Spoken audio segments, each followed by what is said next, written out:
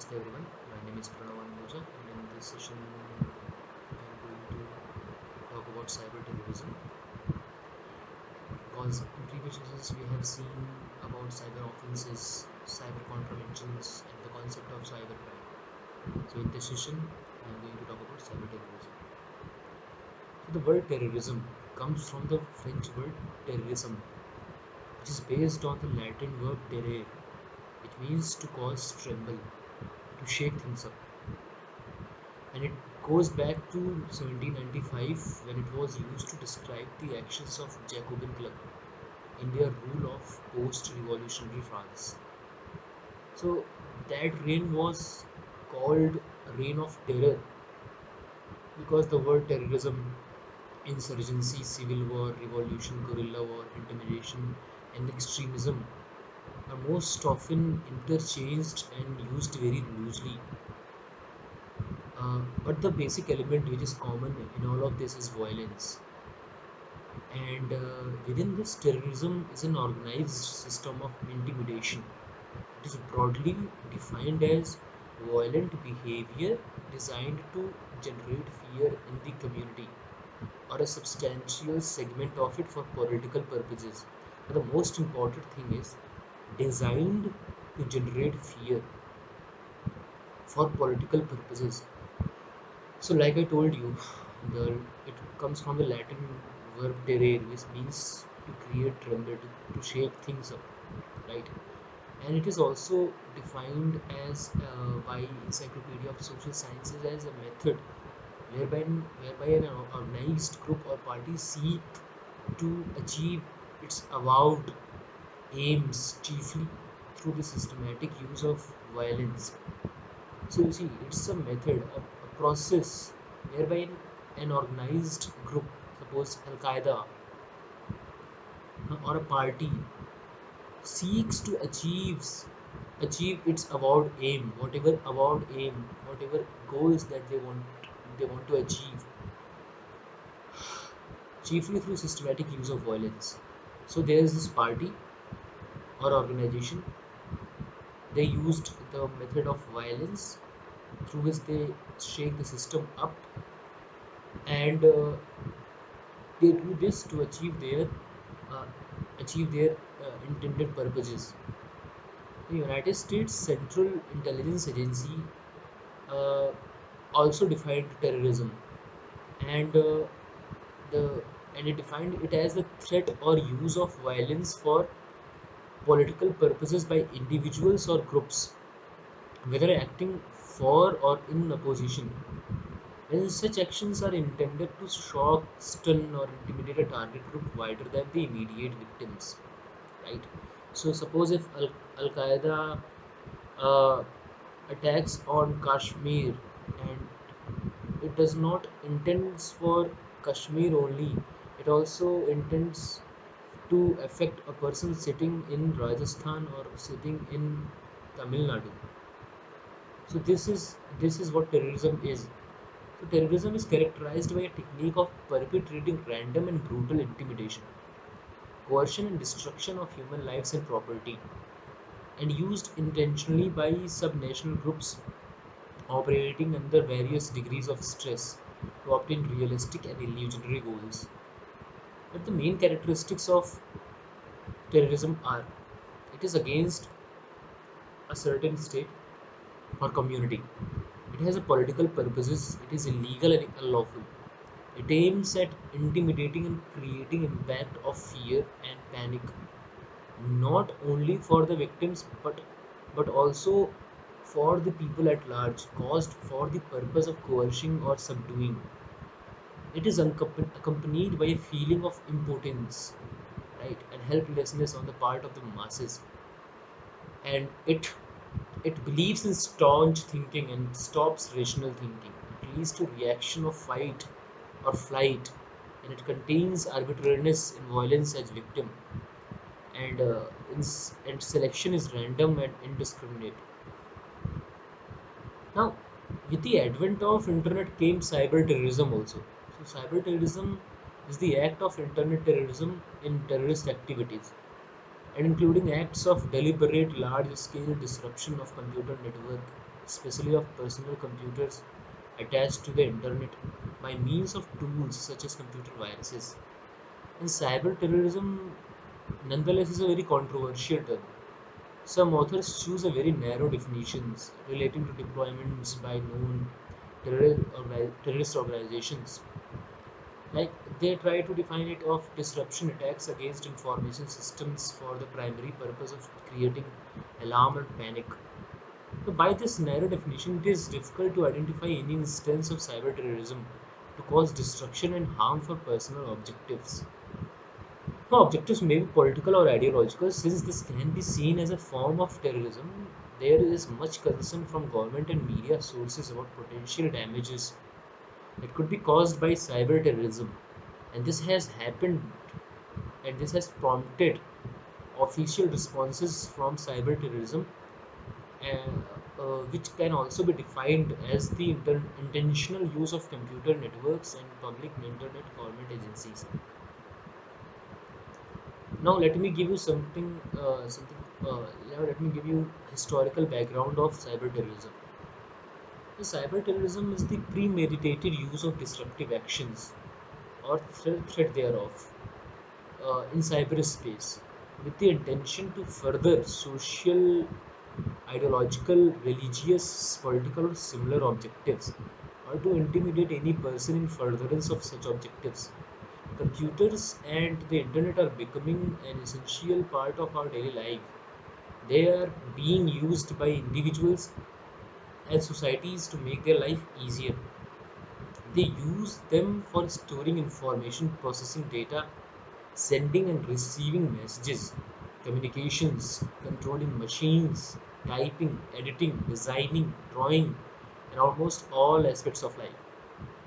The most deadly and destructive consequence of this helplessness is uh, that it tried to it tried to uh, like I told, shaken up everything, right?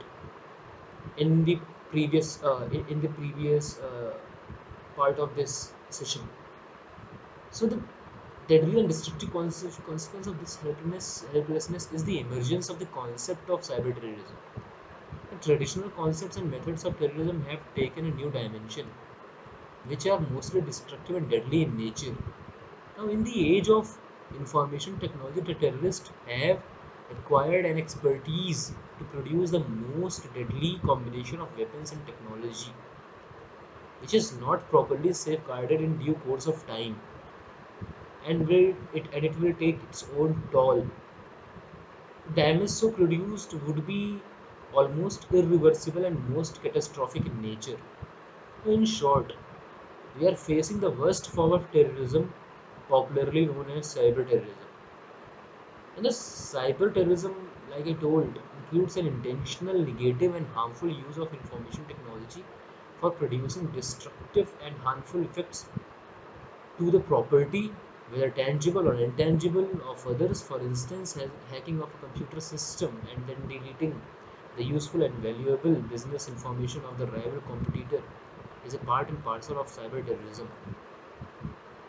Now, the definition of cyber terrorism uh, cannot be made exhaustive, as the nature of crime is such that it must be left to the uh, inclusive in nature, right?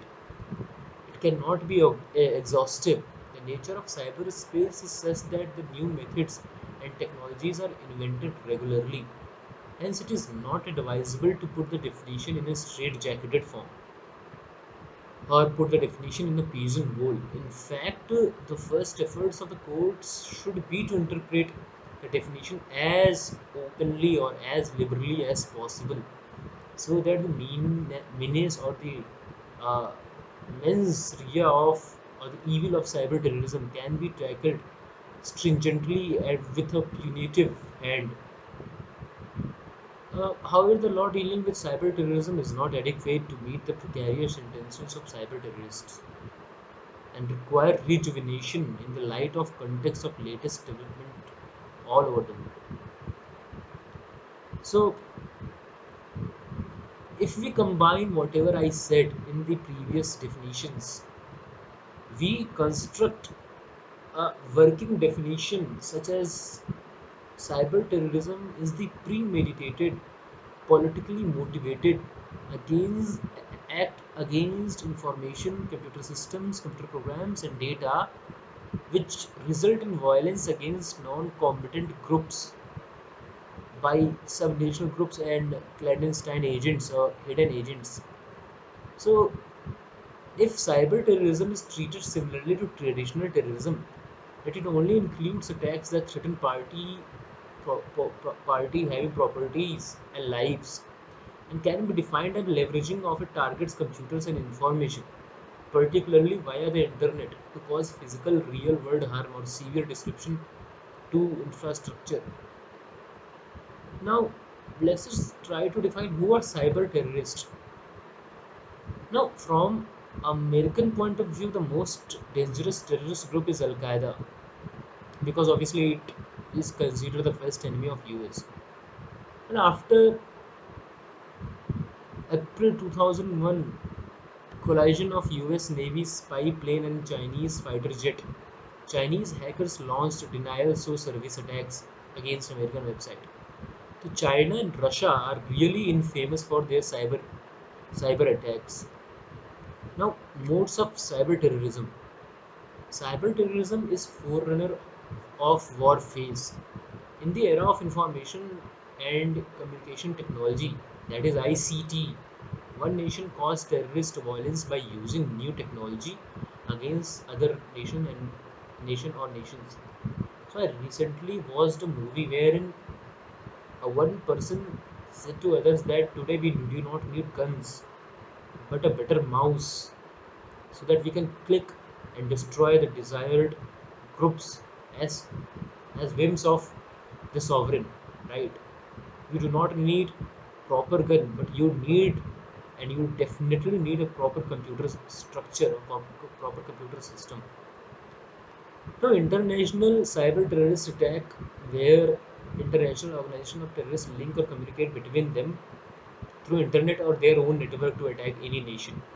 It is called international cyber terrorist attack. For example, in the year 2001, on 11 September, World Trade Center and Pentagon attack. Immediately after that, in the same year, on 13 December, they attacked on at Indian Parliament. So you see that there is this connection between the uh, terrorist terrorism activities. So with this, the government came up with uh, laws related to cyber terrorism. So now terrorism in meta space using cyberspace as a conduit, right? To be governed by the laws of meta space such as POTA, with evidence gathered from cyberspace as per provisions of Information Technology Act 2000, which has brought changes in Indian Evidence Act. So there are various laws, eh, like POTA, like Indian Evidence Act, like Indian Penal Code, and Information Technology Act. So with this, I would like to conclude this session by stating that in this session I only talked about the concept of cyber terrorism. So cyber terrorism in today's world is the biggest cruel face of this humanity. Now the indifferences between people, the sense of injustice amongst people has been penetrated so much that in today's scenario, all they want to do is to take revenge. Go, they want to go on the paths of retributory sense of justice, where they seek to revenge other by taking that person's eye. And the law is to be enacted by legislature must take care of public interest on a priority basis, right? Now this can be achieved if a suitable technology is supported by an apt legislation, which can exclusively take care of the meanness created by computers sending the malware. Thus, if the self-help measures recognized by the legislature should not be disproportionate and excessive, than the threat received by malware. So and there should be a balance between the government action and the individual liberty. That's it. In the next session, we will try to talk about certain other aspects of cyber law and how intellectual property works in the field of cyber space. Thank you.